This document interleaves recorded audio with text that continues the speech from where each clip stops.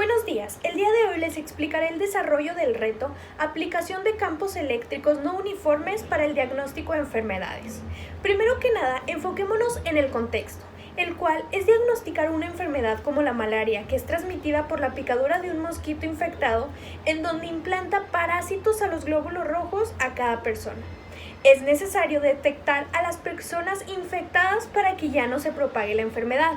Uno de los métodos para diagnosticar la malaria es la dielectroforesis, la cual se basa en estudiar el movimiento de los glóbulos rojos en un campo eléctrico que no sea uniforme, pues los glóbulos rojos se comportan diferente cuando están sanos a cuando tienen malaria.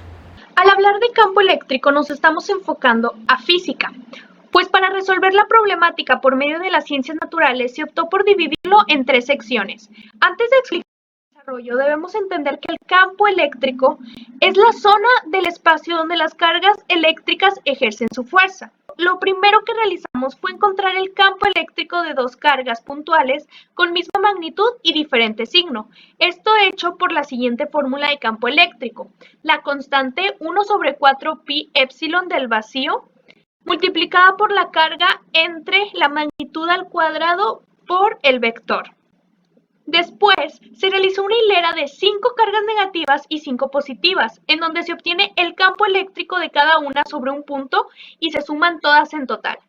Por último, lo hicimos con un alambre, que lo podríamos realizar de 2 maneras. La primera, haciendo iteraciones muchas veces para tratar de formar el alambre, aunque esto en realidad daba un valor aproximado, y la otra es por medio de una integral que veremos a continuación. Al hablar de ahora estamos relacionando a matemáticas.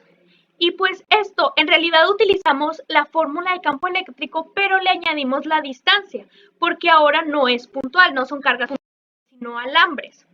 Y para llegar de esta ecuación a esta, lo que realizamos es utilizar lambda, que es la carga sobre la longitud.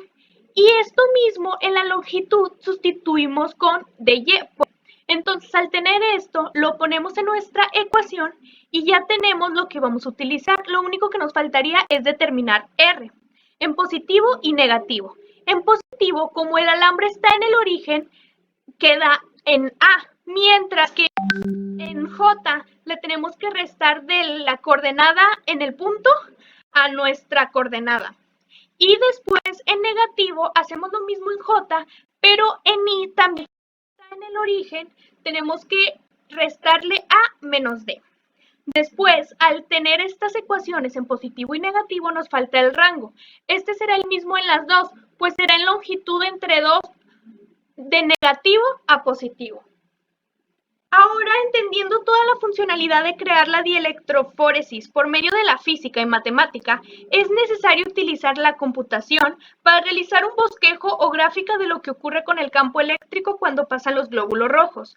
Para esto fue necesario realizar un programa multifuncional en MATLAB, en donde las funciones más importantes que utilizamos fueron Rectangle para asimilar las cargas como la barra de alambre, MeshGrid para obtener vectores que ayuden a crear los números de puntos a evaluar y Cuber para trazar vectores en las coordenadas específicas. Por otro lado, podemos ver que contamos con 3 diagramas de flujo.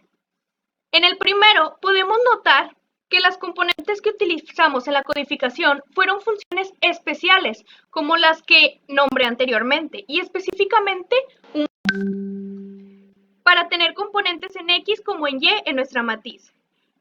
En el segundo entregable ahora se utilizan 4 for, uno siendo el mismo que en el entregable 1, 2 para dibujar las cargas negativas como positivas y los otros 2 para poder plotear el más y menos en cada una de las cargas. Asimismo tenemos un if, que sería lo nuevo, para calcular el axis de la gráfica dependiendo de la distancia que nos brinde el usuario. Por último, en la etapa 3, tenemos 3 if, 2 para la orientación de los alambres si queremos vertical o horizontal y otro para calcular el axis de la graficación. Por otro lado, se cuenta con un for para realizar el campo del cálculo eléctrico. Por lo tanto, podemos concluir que pudimos resolver el reto a través de los tres ejes: física, computación y matemáticas. Aparte, pudimos resolver la problemática, la cual era poder detectar a las personas infectadas. Esto a través de la dielectroforesis, en donde los dos alambres, sí, los glóbulos rojos de una persona pasan sobre ello, en medio de ellos, y estos tienen una inclinación hacia el alambre negativo. Esto quiere decir que la persona es infectada, y así de esta manera podríamos saber de manera más rápida para que a esta persona no le sigan picando los moscos y no se siga propagando la enfermedad.